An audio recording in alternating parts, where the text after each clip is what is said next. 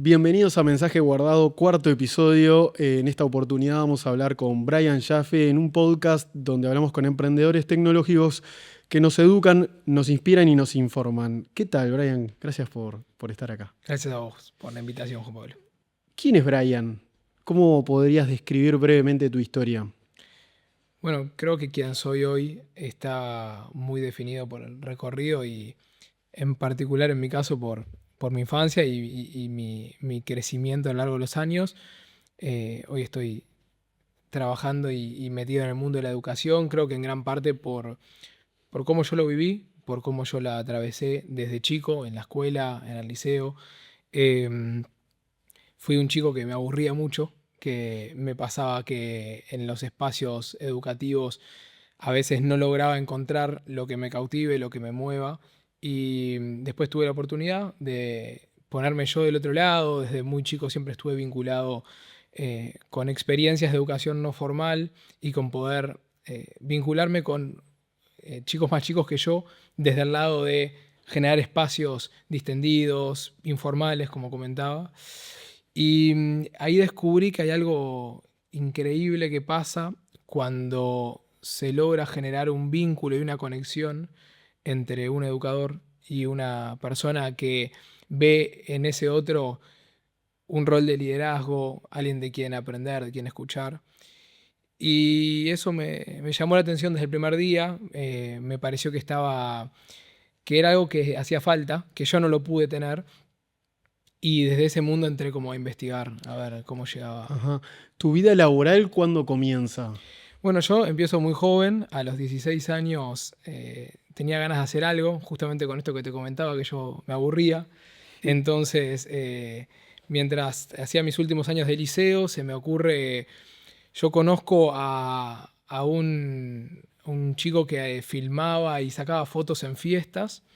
Y entonces le cuento que yo había aprendido a usar algunos programas de diseño, en ese momento Photoshop, Illustrator, por mi cuenta, y que en ese caso, si él necesitaba alguna ayuda o alguna mano que yo le pudiera dar.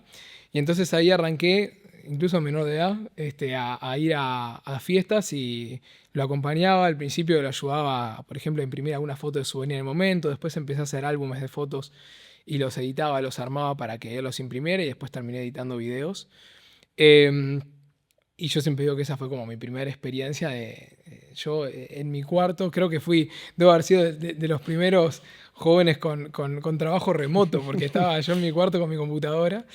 Y después más adelante, cuando yo estoy a mitad de camino de mi facultad, yo estudié licenciatura en comunicación, y me surge la pregunta de si orientarme a periodismo o a publicidad.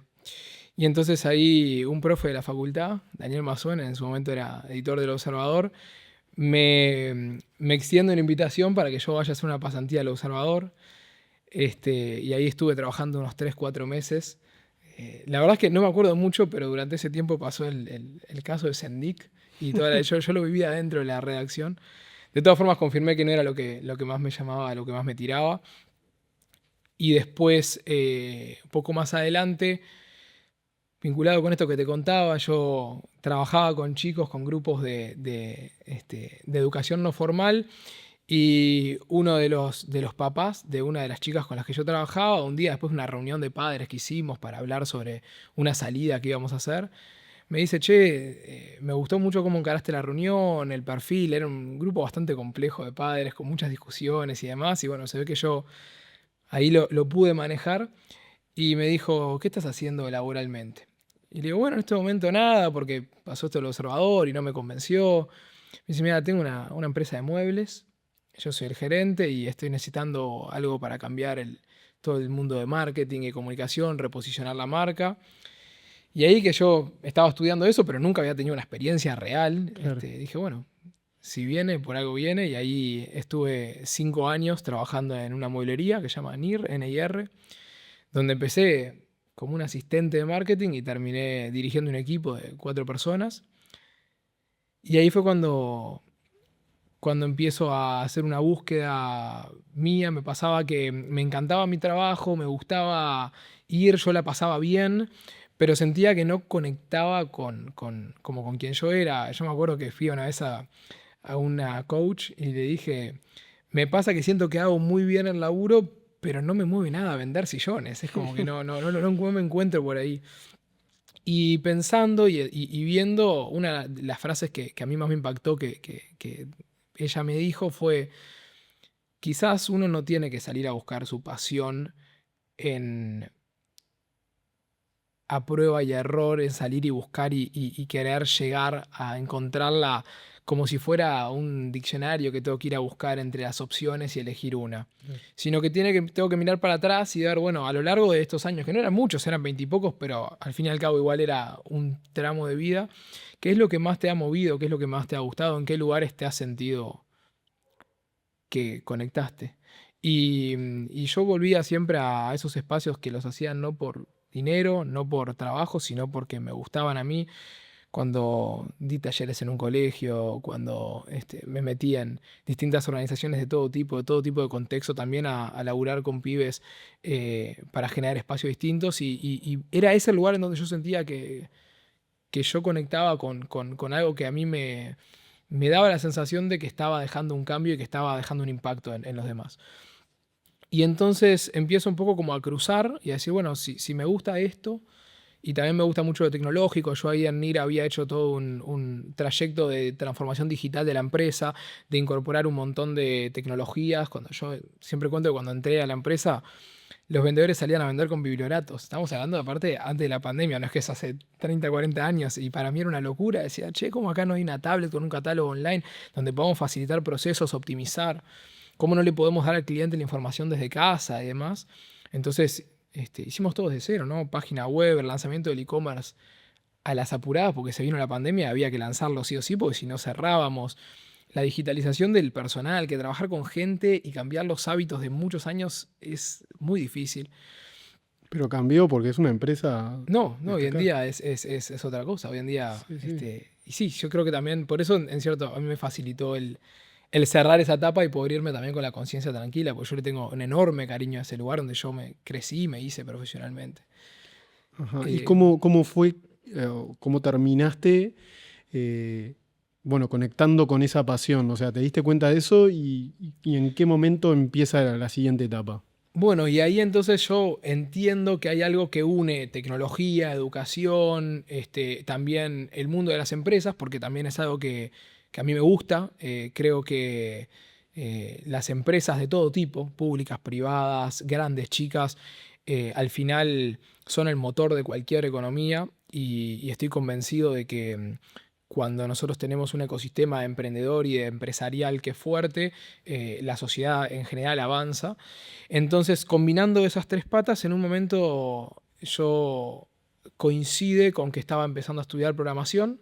Yo, como te conté, mucha gente cree que yo vengo del palo de la tecnología y no es así. Yo soy un licenciado en comunicación que Colega, devino en... ¿eh? colega. Sí, sí, colega, exactamente. Y entonces ahí yo estaba estudiando sí programación, pero por interés propio, no para recibirme de ingeniero. Y es como que en un momento, si me preguntas cuándo, no lo sé. Y eso también es un mito, ¿no? Muchas veces se cree que el emprendedor tiene ese aha moment en donde le baja la idea. No sé cuándo pasó, pero creo que hubo algo que se fue madurando y que en cierto punto se me pasa por la cabeza esta idea de que, ¿qué pasa si los niños aprenden a programar? Empiezo a investigar en internet. Dale. ¿Eso qué año fue? Esto fue en el año 2018. Ajá. 2018. Y ahí entonces empiezo a investigar a ver qué pasaba en el mundo. Dije, no puede ser el primero que tenga esta idea. Yo creo que Ujú. ahí no hay que inventar nada desde cero nunca. Entonces empiezo a mirar y encuentro que no acá en Uruguay, pero sí en otras partes del mundo, principalmente en el norte, había muchas iniciativas en donde ya incluso lo estaban empezando a incorporar dentro de los programas oficiales de aprendizaje. Digo, che, qué interesante, ¿por qué? Y empiezo todo un camino de, hasta ahora siempre yo me había vinculado con la educación hasta este momento de forma amateur. Y lo que hacía y lo que le daba a los pibes con los que me encontraba y lo que planificaba y lo que ofrecía era de lo que a mí me parecía que estaba copado. Ahora, ahí fue el primer momento en el que dije, che, si me quiero meter en este mundo, tengo que saber algo de esto, ¿no? Es como, creo que educación, salud, son lugares en donde uno no puede caretearla mucho, porque estamos jugando con algo muy sensible. Y ahí empiezo a investigar realmente, bueno, ¿qué se está haciendo en otras partes del mundo? ¿Y por qué se está incorporando esto? Y ahí entiendo que hay un camino para recorrer, porque básicamente, y para resumir en una frase, ahora nos podemos meter ahí, los chicos ya nacen vinculados a la tecnología. Ajá. Lo elijamos o no lo elijamos. Y algo que he ido sumándole y aprendiendo a lo largo de los años es que cuanto los contextos son más desfavorables, más vínculo tienen los chicos con la tecnología, que es algo que puede ser contraintuitivo. ¿Por qué? Porque cada vez se ha vuelto más un lujo que los niños puedan estar aislados de las pantallas, porque necesitan que yo pase tiempo con ellos para acompañarlos, yo me acuerdo de mi vieja cuando llegaba de trabajar y tenía que sentarse conmigo a jugar en el piso, porque no había otra cosa para hacer cuando nosotros éramos chicos. Máximo podía prender la tele un rato, pero en ese momento yo no tenía cable al principio y en Canal 12 pasaban el informativo. No. Es una locura eso que planteas, porque, claro, antes tener una computadora era un lujo, hoy es un problema. Exacto. Diría yo, no sé si es un problema, pero por lo menos es un riesgo. ¿Y, y qué pasa? Retomando esta idea de que las familias en donde los padres trabajan más tiempo, o donde tengo que encargarme de las tareas del hogar, o donde no, simplemente por una cuestión de desgaste mental, no puedo dedicarle el 100% del tiempo libre que tengo a mis hijos porque no lo elijo, entonces el celular o la tablet es un recurso fácil. Entonces yo veo eso y a su vez encuentro, y ahí me empiezo a interiorizar con un montón de herramientas y plataformas que ya existían como para que los chicos puedan crear en la computadora. Y eso machea con algo que yo te contaba antes, que es que yo me aburría mucho. Y por primera vez cuando yo veo esto digo, a mí me hubiese encantado tener esto cuando yo era chico. Porque si yo hubiese tenido esto, y más aún ni te digo, dentro de la escuela, donde yo caminaba por las paredes en la clase. Pero De ¿qué hecho, hacías? ¿Eras tan travieso? hoy en día la gente me ve y yo soy un tipo más prolijo y ordenado y no puede creer, yo me portaba mal. Claro. Y cuando hablo con mi madre y le digo, pero no entiendo, ¿qué hacía? Me dice, vos terminabas las cosas y te aburrías y entonces salías. Yo vivía en el baño, era de esos que salía para pasear por la escuela. En un momento me acuerdo que en el primer colegio que fui, la directora me llevaba a la dirección, pero no a retarme, a que la ayude, no sé, creo que era a ordenar unas cosas en la computadora, no sé, yo no sé ni qué hacía. Entonces yo miraba y decía, Sí. bueno, si esto no es como la tarea que nos ponían a nosotros en donde uno la terminaba y terminaba ahí el trabajo. Esto es un mundo. En las plataformas de programación y de creación digital, el límite lo pone cada uno. Uno puede seguir creando, ampliando, profundizando en los proyectos. Es un aprendizaje totalmente distinto. Es un aprendizaje haciendo, un aprendizaje creando. No tiene nada que ver con lo que nosotros vivimos. Y así nace WeCode. Y así nace WeGo. Y en realidad me acerco a una compañera de clase, de la clase de programación, y le digo, che, creo que estaría bueno que los chicos aprendan a programar. Me dice, ¿qué? ¿Qué estás hablando? Le digo, sí, mira, te cuento esta idea que tuve. No es una idea 100% nueva, esto ya existe en otras partes del mundo, pero no he encontrado acá a alguien que lo esté haciendo y me parece que es algo que responde a lo que está pasando. Y eso es en el año 2019, un año después de que yo tengo este primera interiorización y es antes de la pandemia. Yo no tenía idea de lo que se venía y entonces lo que me acerco es al Centro de Emprendimientos de la Universidad de Ort, que es donde yo estudiaba, y le digo en su momento al Topolansky, el encargado del CIE, le digo, tengo esta idea, me gustaría que me ayuden a llevarla a cabo. Y te soy sincero, él me dio muy poca ayuda, pero creo que la que yo necesitaba en ese momento. Básicamente no me dijo nada de lo que hacer, me dijo, mira, probala y vemos. Si te funciona, si lo probás y algo sale de eso y algo camina, entonces ahí volvemos a hablar. Y creo que es el mejor consejo que me podían haber dado porque es tirate al agua, fíjate a ver qué pasa y si a alguien le interesa esto que vos estás diciendo, ahí vemos cómo seguimos hablando. Entonces yo le pido prestado el Centro de Emprendimientos de la ORT, un martes y jueves de diciembre, un calor de morirse, estaba terminando el año, final de 2019, y como yo venía del palo de la publicidad y me estaba dedicando a eso, creo una campaña digital en su momento en Facebook, todavía no era Facebook, no estaba dejado atrás todavía, y creo una campaña de publicidad donde decía 2 encuentros o 4, no recuerdo, de programación para niños, gratis a cambio de que me des tu feedback de qué te pareció. Creo que le puse, no sé, le habré puesto 1.000 pesos. O sea, un monto irrisorio. Y el Google Forms tuvo, no sé, 150 respuestas. Ahí ya dije, claramente acá hay algo que a la gente le está interesando. Hice un sorteo, elegí creo que 8 o 10 chicos de los que las familias los habían anotado y los invito a que vengan una serie de encuentros cortitos ahí en el CIE. Con mi compañera, a la que le había contado de mi idea, nos dividimos el grupo en dos. Yo trabajé en creación de videojuegos. Vamos a crear un videojuego cortito con Scratch. Hoy en día creación de videojuegos es el curso más estrella de WeCode. Y ella trabajó en programar un robot que era una pelota, se llama Sphero, una pelotita así. Una porquería el robot. Hoy en día lo miro y lo tenemos ahí de recuerdo porque ese es como el inicio. Pero Claro, lo que pasa es que en ese momento, estamos hablando de 5 años, 6. hace sí, hará en este momento 7 años. 7. Y además, una persona, o sea, yo, un desconocimiento muy grande de lo que yo miro hoy, pero que justamente es otro consejo que yo siempre digo, es no hay que saber tampoco demasiado, hay que saber como lo justo y necesario, porque si no uno no termina más de rumiar la idea y fue útil por lo menos sí tener una noción de qué se hacía en el mundo y largarnos con eso. Los encuentros fueron muy exitosos, las familias quedan muy contentas, nos dicen que tienen muchísimas ganas de continuar y yo les hago la pregunta que todo emprendedor le hace a su potencial cliente, bueno, ¿pagarías por esto? ¿Estarías dispuesto a poner dinero para que tu hijo aprenda esto? Y entonces ellos me dicen que sí, que estarían dispuestos a pagar. Entonces yo ese verano del 2019, enero, febrero, me dedico a hacer, ahí sí me entro en modo ermitaño y full time de entender cómo crear un programa para poder dar un curso durante todo el año 2020 de programación para niños. A chicos, en ese momento mi objetivo era trabajar con chicos de 3º a 6º grado de primaria. Empiezo ese proceso y finales de febrero no lo tenía todo, pero tenía gran parte pensada y ideada cómo iba a ser, entonces abro las inscripciones.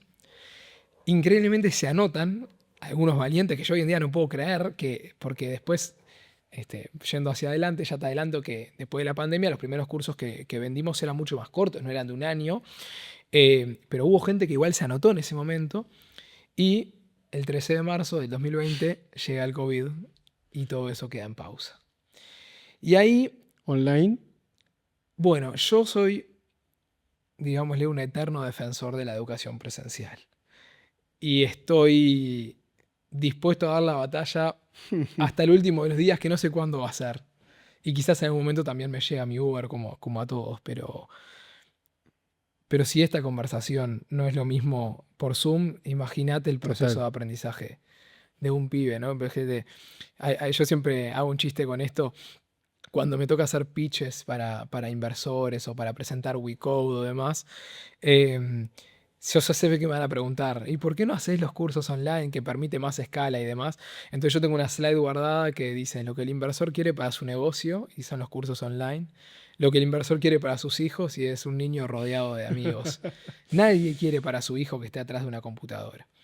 Entonces yo no quería que sean presenciales, entonces en ese momento digo, mejor poner en pausa, me dedico a terminar mi carrera, yo me gradúo ahí en octubre de ese año, y además también a pulir bien ese programa, y ahí sí, más o menos en agosto, septiembre, llega ese momento en el que parecía que la pandemia en Uruguay como que no pasaba nada, que no era así porque tomábamos mate o porque era que no sabíamos qué. Entonces, bueno, volvió la educación presencial y yo ahí sí decido salir a vender mis primeros cursos como WeCode. A todo esto yo seguía trabajando en la mueblería, digo, no había cambiado eso en mi vida todavía. Y esto era un hobby para mí, era sí una idea y unas ganas de que surgiera, pero no algo que estaba consolidado. Entonces salgo a vender esos cursos, de nuevo publicidad digital, y ahí sí efectivamente se anotan, yo esperaba entre 10 y 20 chicos, se anotan 30 chicos para hacer un curso durante octubre y noviembre de O programación. sea, siempre agotaste todos los cupos. Hoy en día es más complicado porque tenemos más capacidad, pero la verdad es que los primeros años Claro. nosotros, incluso con el equipo que se empezó a formar ahí al principio de 2021, no lo podíamos creer.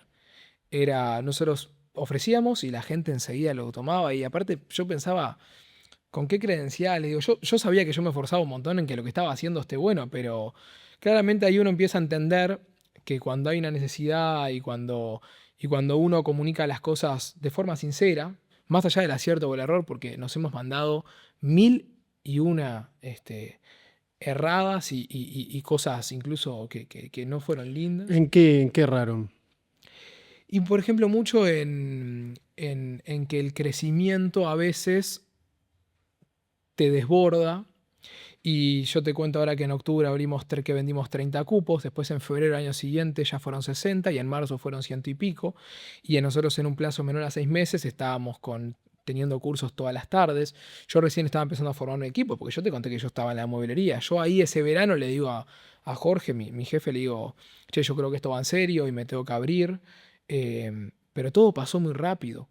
Y a veces uno, cuando caen las llenadas del Google Forms, uno digo, se pone muy contento, hay mucha gratificación, también mucha incredulidad, y es difícil decir corto acá o freno, pero hay que ser sabio. Por ejemplo, yo siempre cuento una historia de ese primer año del 2021, que fue cuando la primera vez que alquilamos un lugar y teníamos un salón y estábamos como más consolidados, y yo empecé a formar mi equipo, que un sábado de vacaciones de julio de ese año nos olvidamos de avisarle a un grupo de padres de los sábados de mañana que no había clase.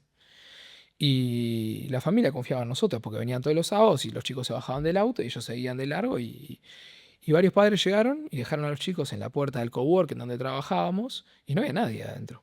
Y los chicos quedaron en la calle.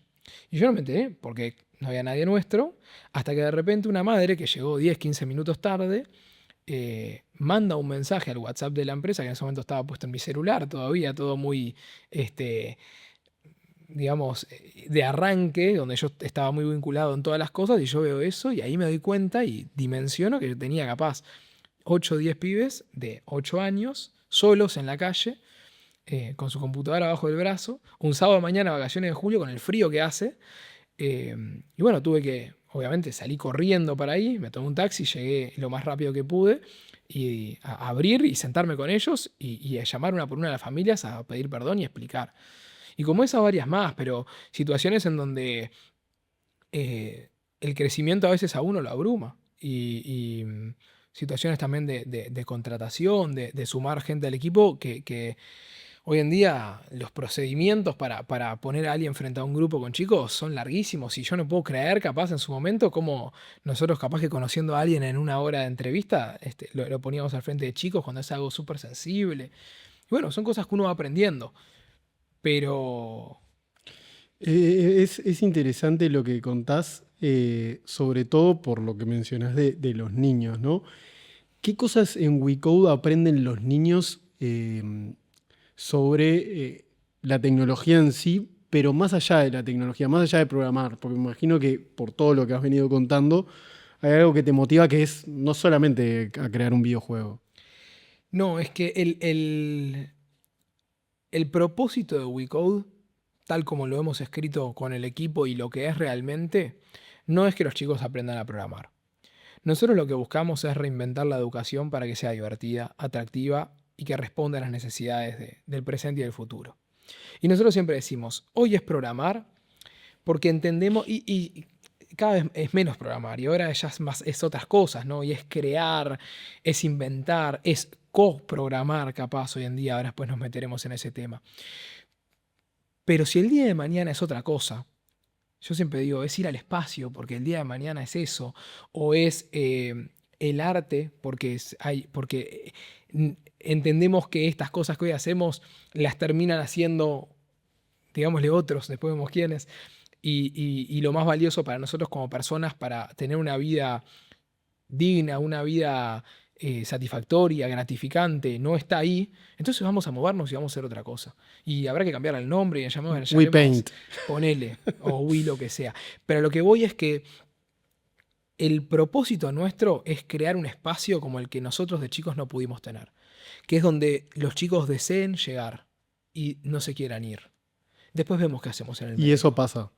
Bueno, yo creo que sí. Y los comentarios de las familias creo que lo dicen. Y creo que ese es el éxito. Pero ¿en qué se divierten? Porque obviamente en el comunicarme con una máquina no es tanto. Me imagino que es el Bueno, trabajo en equipo, va por ahí. es eso, el trabajo en equipo y la creación. Ujú. El ser humano ama crear y aprender cosas nuevas. para muchos de nosotros el problema que tenemos es que la escuela, o yo no le quiero llamar la escuela porque las hay de todo tipo, digamos en la educación más tradicional, nos apagó esa llama innata de lo que nos apasiona aprender algo nuevo. Yo te voy a dar un ejemplo. ¿Vos viste alguna vez un video o con niños chicos del momento en el que dan su primer paso y caminan? O por ejemplo cuando saltan, o cuando se tiran al agua por primera vez sin flotador, o cuando le soltás la bici y anda solo. Hablo de esos momentos porque generalmente pasan antes de que la educación se haya, entre comillas, la educación tradicional se haya apoderado de los mecanismos de aprendizaje. Vos mirale la cara a esos chicos. Hay una gratificación profunda. Algo que surge adentro cuando vos te das cuenta. Yo me acuerdo hasta hoy el día que me saqué el flotador. Un acto de rebeldía. Estaba con un compañero con el que íbamos a natación en la colonia, en el club, y un día dijimos, ¿sabes qué? Ahora que nadie nos ve, nos desabrochamos y vemos qué pasa. Y el momento que te das cuenta que vos podés nadar, que vos podés llegar de un lado a otro solo. Eso mismo pasa con la educación. Lo que pasa que lo que planteás vos con la educación es que la educación es algo serio, donde uno tiene que aprender bajo determinados mecanismos de, no sé, de memorización o qué, que es difícil, no sé, desaprendernos de eso, ¿no? Creo que lo que yo y WeCode viene a plantear es que la educación tradicional sí está demasiado reglada, pero sobre todo el problema principal, y que esto, insisto, no es un invento mío. Hay teóricos de la educación, porque digo, Jean Piaget viene hablando de esto hace 100 años, y Seymour Papert, que fue su discípulo, que fue uno de los fundadores del MIT Media Lab, también lo viene hablando, y hay, o sea, a lo largo y ancho de todo el mundo hay gente que está hablando de esta idea, que es que desde los chicos todos tenemos que hacer cosas. Cocinar una receta. Vos pensás en los momentos que a uno más como te dan gratificación y donde sentís que creces personalmente, ¿no? Hoy en día está tan en boga la meditación. Bueno, ¿qué es lo que te gusta de meditar o de hacer una receta? No ese momento necesariamente de que cuando estoy meditando la estoy pasando increíble. No, es que hay algo que cuando me doy cuenta de lo que atravesé, lo que yo mismo como persona desde un punto de inicio a un punto de final cambié, mejoré, crecí, eso me gratifica. Es lo mismo que sacarme el flotador. Y en la clase se puede lograr esto. Uh-huh. Porque el punto está en que las tareas que les demos a los chicos no sean de aplicar un concepto que yo ya les enseñé. Hay un teórico de la educación que se llama Paulo Freire, que él habla de cambiar la pedagogía de la respuesta por la pedagogía de la pregunta. Nosotros crecimos con la pedagogía de la respuesta. ¿Qué es eso? Viene la profe de matemática, nos enseña el teorema de Pitágoras, cateto cuadrado, hipotenusa cuadrada, y después nos da una serie de ejercicios en donde nosotros aplicamos lo que ella nos dio. ¿Qué estamos haciendo? Ella nos dio una respuesta y nosotros vamos y la aplicamos. ¿Para qué? Para resolver cosas que en realidad no tienen una utilidad que me mueva a mí. Porque a mí, ¿qué me cambia hacer el problema ese? El problema 1A o 2B del repartido. Ahí solo lo único que hay es una activación de la memorización. Tengo que aprender lo que dijo la... Sí, ojo que la memorización hoy en día está como súper enemistado el mundo. Yo no estoy tan... memorizar es parte de aprender. Uh-huh. Y uno tiene que acordarse de las cosas, porque yo por algo sé cateto cuadrado, y es parte, y está bien. Creo que el punto está en cómo lo aplico. Ahora, imagínate, ahora te voy a poner otro mismo concepto que quiero enseñar, pero cambiamos totalmente la situación. Llega la profe de matemática y dice, chicos, hoy vamos a construir un puente. Vamos a poner una mesa acá, una mesa acá. Ahora hay muchos que lo hacen con fideos, lo habrás visto, con espagueti, con lo que sea. Y vamos a construir un puente. Los chicos van a demorar poco tiempo en darse cuenta que si unen las dos mesas con una cosa larguita, nada va a soportar ese peso, no va a suceder. Y ahí van a pensar, a ver, ¿cómo son los puentes que yo veo cuando son un poco largos? Y a todos nos aparece esa imagen de los triángulos, ¿no? Para sostener los puentes. Entonces, bueno, si es así, entonces yo tengo que saber cómo construir ese triángulo. Imagínate que los chicos llegaron al punto en el que ellos mismos se dieron cuenta que solo una línea recta no va a funcionar, que necesita una estructura que tenga tridimensionalidad, y en cierto momento le dicen a la profe, che, profe, ¿cómo sé de qué tamaño toca hacer el triángulo? Y ahí les enseñás el teorema de Pitágoras. Entonces, es lo mismo lo que estamos haciendo. Sí, me hiciste acordar a un profesor que entrevisté una vez que enseñaba las leyes de la física jugando al FIFA. Y me pareció una idea genial, sí. Pero como esto hay miles. Sí. Y todo se puede aprender así. A veces creemos que son solo las materias numéricas. La historia también. ¿No? ¿Cómo puedo yo con la Guerra Fría, por tomar un ejemplo reciente que todos conocemos, mira lo que está pasando ahora, mira el mundo en este momento, ¿no? Hoy, en esto que está pasando hoy, Estados Unidos versus otra concepción no occidental del mundo, los problemas de la alianza de Estados Unidos-Europa, el discurso ahora, todo esto que está pasando, ¿cómo yo puedo apoyarme en todo ese material que capaz que los chicos, estamos hablando de adolescentes, pero prenden la tele y lo ven? Ojalá que prendan la tele, digamos, abren TikTok y lo ven. Y si imagínate que yo lo enseño desde ahí. Mostramos el discurso hoy, bueno, ¿querés entender esto? Bueno, necesito hablarte un poco de la posguerra. Es desde otro lugar desde donde me conmueve, desde donde me lleva.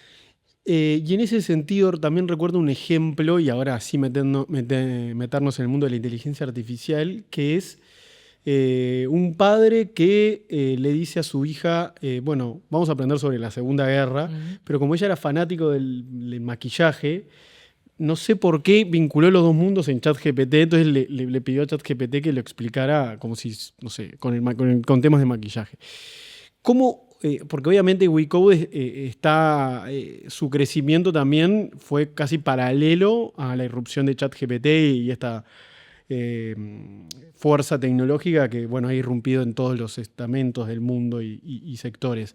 ¿Cómo los afectó a ustedes y qué visión tenés sobre esta tecnología a la hora de enseñar a los niños? Bien. La inteligencia artificial hoy en día es, creo que para casi todos, más una pregunta que una respuesta, ¿no? O sea, incluso para los que la hacen, que hay muchos que ni siquiera entienden todavía del todo cómo funciona. Yo pienso que, y con todas las chances de equivocarme, ¿no? Porque estamos haciendo futurología acá y lo he ido aprendiendo y leyendo en el momento en el que se va desarrollando, no es que hubo mucho tiempo para sentarse y analizarlo en profundidad. Pero me animo a decir que con la educación uno tiene que ser por lo menos cauteloso. Y ese ejemplo que vos traes es espectacular, porque ahí no le estoy delegando a la inteligencia artificial el proceso de enseñanza, sino que le estoy pidiendo que me ayude a vincular conceptos o a crear un espacio donde combino el interés del maquillaje con el de la Segunda Guerra Mundial, que me encantaría saber igual qué punto de encuentro encuentra, para que un niño o niña o quien sea en este caso pueda aprenderlo. Eso es lo que hoy en día, digamos que a grandes rasgos se están llamando la tutoría de inteligencia artificial. ¿Qué es? Esta idea de que hasta el día de hoy estamos acostumbrados a que en un espacio educativo, vamos a ir de la clase, vamos a ponerlo más ampliamente, cómo un niño recibe la información está muy supeditado a cómo el educador o el padre o quien está enfrente se la puede facilitar. Hay quienes tendrán más flexibilidad y un espectro más amplio de herramientas, más visuales, más verbales, más didácticas o no, para dar la información, y otros tendrán, por su propia capacitación, por lo que cada uno innatamente trae, un set más acotado de herramientas. Y la inteligencia artificial lo que hace es expandirme esto. Porque yo como educador, si tengo un pibe que lo conozco y sé que le encanta el FIFA y el mundo del fútbol y todo, entonces le puedo pedir que me explique algo de historia, algo de geografía o lo que fuera, en términos futbolísticos. Y para otro le puedo pedir que me lo explique en términos de maquillaje. Y para otro le puedo pedir que me lo explique en términos de fotografía. Y entonces nos vamos hacia algo que ya venía pasando en todo el mundo, que es la hiperpersonalización, que ya, por ejemplo, ya nos pasó con los anuncios publicitarios. Hoy en día los anuncios que vos ves son distintos a los que veo yo, a los que ve otro. Y la educación no había llegado todavía a eso. El tema es que la inteligencia artificial, en mi opinión, lo que no puede sustituir son las decisiones políticas, pero no político en tanto a partidario, me refiero a política filosóficamente, de qué tienen que aprender los chicos y cuáles son los procesos de aprendizaje que tienen que atravesar. Y que esos conceptos y esos aprendizajes que nosotros les damos y les enseñamos no pueden ser aprendidos en un 1 a 1 con la computadora. Porque hay una parte fundamental del aprendizaje que yo diría que es la mayoritaria, que es la de aplicar esos conceptos con otros, en conjunto con equipos, en proyectos funcionales en la vida real, y en lugares en donde la computadora hoy queda un poco acotada. Entonces, ¿qué nos pasa en WeCode? Lo que nos pasa es, pasamos como 3 etapas. En un primer momento, la primera etapa obviamente fue negación. ChatGPT está muy maduro. Digo ChatGPT porque poné Gemini, Claude, el que quieras. Están muy inmaduros. Nosotros una cosa que ofrecemos y nos distinguimos es por el sumo cuidado que le damos a cada curso, a cada planificación, que saber que cada cosa está estudiada, probada y que lo que van a hacer los chicos tiene un porqué. Entonces, esto acá no entra. Eso fue así. Lo subestimaron, digamos. 100%. Ahora, los modelos pasaban 2 meses y era 2 veces mejor que el anterior, pasaban 2 meses y era 10 veces mejor que el anterior. Entonces después pasamos a fase B, que es decir, no, hagamos un curso de inteligencia artificial. Entonces, bueno, sigamos para enseñando. Niños, curso de inteligencia artificial. Claro, pero ¿cuál era lo hicimos, de hecho. De hecho, hubo chicos que ahora lo hicieron en verano. ¿Cuál es el objetivo de ese curso? No es hablar con ChatGPT, eso lo haces en casa, es entrenar un modelo. Básicamente lo que hacemos es, de forma sencilla, obviamente no vamos a entrenar un modelo como los que nosotros consumimos día a día, es algo mucho más complejo, pero lo que sí hacemos es, bueno, les enseñamos a los chicos cómo ChatGPT, por poner este ejemplo, puede darnos respuestas. Es decir, ¿cómo puede ser que si yo le digo a ChatGPT, esto es un perro, y le mando una foto de un perro, me pueda decir si es o no es? Porque, bueno, ahí aprendemos que lo que hizo fue scrapear, o sea, básicamente buscar toda la información disponible en la web y empezar a asociar, y ahí aprendemos lo que es una red neuronal muy por arriba, que básicamente es esta idea de que hay conceptos que están en una red más cercanos unos a otros que otros. Entonces, por ejemplo, cuando publiquemos este podcast, Juan Pablo y Brian van a estar un poco más cerca en esa red neuronal. ¿Por qué? Porque hay algún material, algún contenido en Internet que une este concepto, el tuyo con el mío, que en esta conversación y demás. Y perro, hay un montón de referencias a lo largo de Internet en donde hay fotos que tendrán ítems en común de lo que muestran esas fotos y están asociadas a la palabra perro. Claro. Entonces, lo que hacemos es entrenar un modelo. Básicamente, hacemos lo que se llama el reverse search de eso, ¿no? O sea, le cargamos nosotros un montón de fotos, de en este caso perros, y le mostramos ¿eso es un perro? Y cuanto más data le cargamos, más altas son las chances de que acierte si es un perro o no. Ahora también podemos hacer lo contrario. Le cargamos fotos de caballos. Y le ponemos la palabra perro. Entonces yo le muestro un perro y me debería decir que no es un perro. Entonces, ¿qué? ¿La inteligencia artificial se está equivocando? No. Es el sesgo de la data que yo le cargué. Entonces nos metemos en todo ese mundo. Ahora yo te dije que esto fue fase 2. Hoy en día ya no. Está bueno este curso, pero no estamos tan enamorados con esto. ¿Fase 3 qué es? Fase 3 es, y es difícil, y no tenemos una respuesta de cómo hacerlo todavía, pero es pensar de qué manera podemos atravesar todas las propuestas que nosotros tenemos con momentos de inteligencia artificial. Claro. ¿De dónde viene esta idea? Esta idea viene de lo que nosotros mismos le proponemos a los directores de instituciones educativas formales, digámosle escuelas y colegios. Y en algo en lo que estamos muy alineados, por ejemplo, con Ceibal, que es utilicemos y sumemos tiempo de tecnología para que de forma cuidada y con objetivos puntuales. Entonces, no es pasar a que toda la clase sea con la computadora enfrente, porque está estudiado que necesitamos escribir, necesitamos conectar eso, necesitamos hablar, necesitamos pasar adelante, presentar, ¿no es? Pero hay elementos puntuales en donde la computadora me ayuda mucho. Por ejemplo, para presentar mis ideas, ¿no? Antes, vos también lo habrás hecho, todos lo hicimos, la cartulina en casa, 4 horas, pegar papel glacé.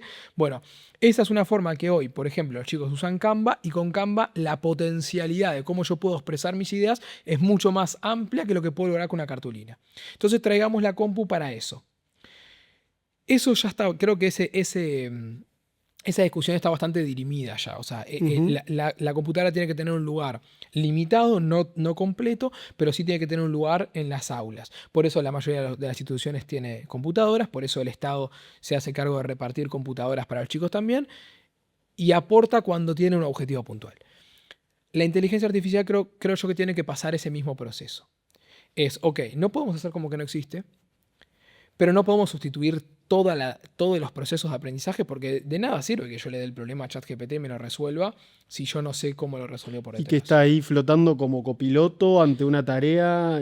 ¿Cómo es que se asocia al aprendizaje? Bueno, esa es la pregunta que nos estamos haciendo ahora. Ajá. Pero una cosa, por ejemplo, para darte un ejemplo de algo con lo que yo me he amigado mucho, es esta idea de potenciar la creatividad de los chicos. Entonces, yo te voy a dar un ejemplo de WeCode, pero después lo podemos extrapolar a cualquier. Nosotros creamos videojuegos o aplicaciones. Hasta ahora, cuando creábamos un videojuego, los chicos lo que hacían era diseñar su personaje. Lo dibujaban, lo pintaban, lo armaban, lo creaban. ¿Sí? Yo todo el tiempo vuelvo a esta idea del crear. Con la inteligencia artificial, con Gemini, con Nano Banana y demás, yo para algún videojuego puedo pedirle yo ser el personaje. Entonces, capaz que le paso una foto mía y se la entrego y le digo, bueno, en base a esta foto, quiero que me hagas, por ejemplo, una versión mía en cómic. Entonces, imagínate que ahora ya el personaje principal de este juego ya no es, no sé, Mike, el que diseñé yo, sino que soy yo mismo. Es Brian que está ahí hecho cómic. Ahí profundicé el impacto de esa experiencia educativa para los chicos, pero no le quité el proceso de crear y de razonar la creación del videojuego. Entonces, ¿se entiende la diferencia? Como que no es que le digo, haceme el videojuego. ¿Lo podría hacer? Sí, lo podría hacer. Forma parte de ese proceso creativo como que interviene en ciertos momentos. Correcto, pero no sustituye a este momento de crear. Brian, tengo preguntas para hacerte. Me quedé con ganas de hablar sobre prohibición, que es un debate muy en auge, sobre prohibición del celular en clase o no. ¿Estás de acuerdo con eso? Sí, estoy de acuerdo. Bueno, te voy a hacer preguntas, 10 preguntas, por sí o por no. Me contestás. Si querés en un par explicar un poco más, sin Bien. problema. Va la primera. ¿Hoy es más importante aprender a programar que aprender a usar inteligencia artificial para los niños? Yo creo que sí. Y vamos con una frase y después si querés Dale. profundizamos. Pero creo que aprender a usar inteligencia artificial es algo que en realidad cada vez se va a hacer más intuitivo y más user-friendly, digámosle, porque es un poco lo que los modelos están buscando y lo que las empresas están buscando, que es la adopción masiva. Vos sabés que estoy totalmente de acuerdo con eso, ¿sabés por qué? Y que es algo que... Hay una frase que es, la inteligencia artificial no te va a reemplazar, sino te va a reemplazar quien sepa utilizarla. Pero se está haciendo tan intuitivo, se está comoditizando tanto de que es como medio, como que esa frase poco a poco la escucho menos. Sí, hay que ver cómo evoluciona. A lo Sí. que yo voy es que ¿por qué saber programar? No es necesariamente para programar. No, esta frase a mí yo siempre la repito hasta el cansancio. Yo estudié toda la vida piano y no soy pianista y no voy a ser pianista, pero lo que a mí me dio el estudiar piano, el vínculo con la música, el escuchar desde otro lado, el poder apreciar una diversidad de estilos musicales que no son solo los que escucho capaz cuando salgo con mis amigos, el vínculo, por ejemplo, con mis abuelos, que yo lo creé a raíz de la música. Y todo eso lo hice porque estudié piano y no para ser pianista. ¿Por qué aprender programación? Porque me abre la cabeza, porque me enseña a pensar, porque me enseña qué es lo que están haciendo esas pantallas con las que yo me vinculo. Entonces, si tuviera que referir a una frase, aprender a programar es en cierto punto aprender a usar la inteligencia artificial. ¿La escuela hoy está atrasada frente al avance de la inteligencia artificial? Yo creo que los que estamos atrasados somos quienes trabajamos en educación. Ujú. La escuela, por lo pronto, yo no veo una urgencia de que haga una adopción masiva de inteligencia artificial. Sí me parece que hoy el rol del docente tiene una sobrecarga enorme de trabajo, que es un gran problema porque además eso desgasta y hace que le podamos dar menos foco a cada niño, y la inteligencia artificial tiene una chance de ayudar mucho en eso.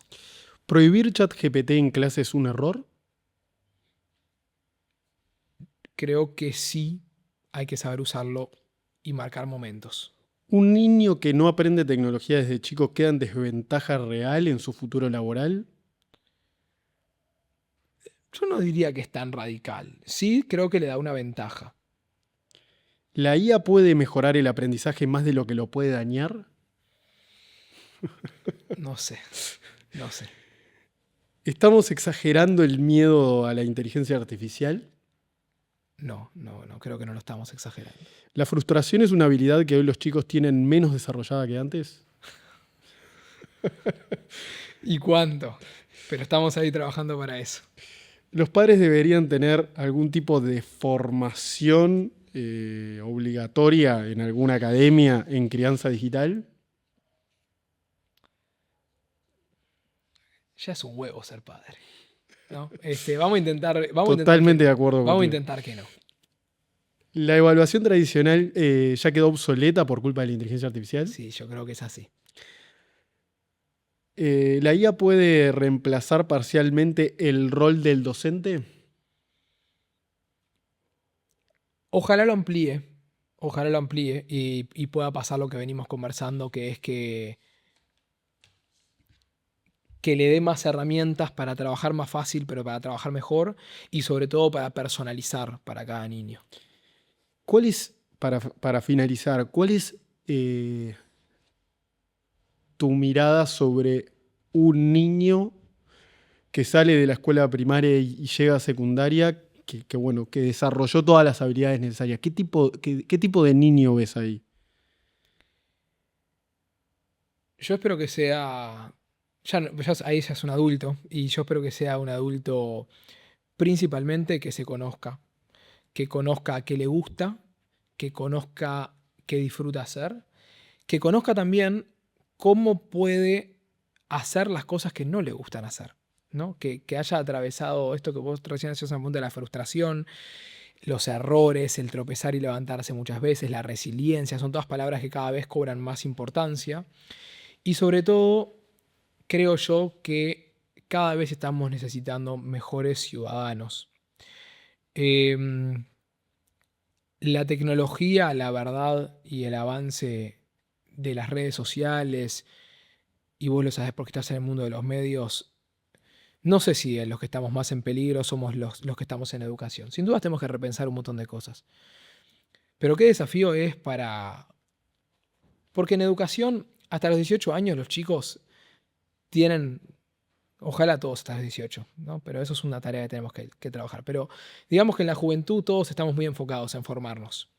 Ahora hay un momento en donde como adultos nos desprendemos, muchos. Yo creo que eso es parte de lo que me trajo hasta acá. Nunca me desprendí de ese amor por aprender. Pero muchos sí se dicen, bueno, ya estoy laburando, estoy en mis cosas.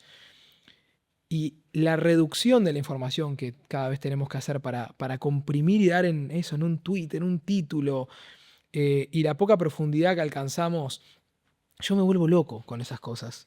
Cuando me dicen, ayer hablábamos de tenemos que hacer una página para presentar el programa de WeCode para los padres, que para mandarla a los padres de los colegios y demás, y me decían las chicas con las que trabajamos de la agencia de publicidad, que son unas cracks, me decían, no, pero yo en vez de hacer un video de 1 minuto y medio, haría shorts de 15 segundos. Y yo decía, pero es la educación de tu hijo, y si yo en eso no puedo tener 1 minuto y medio de tu atención.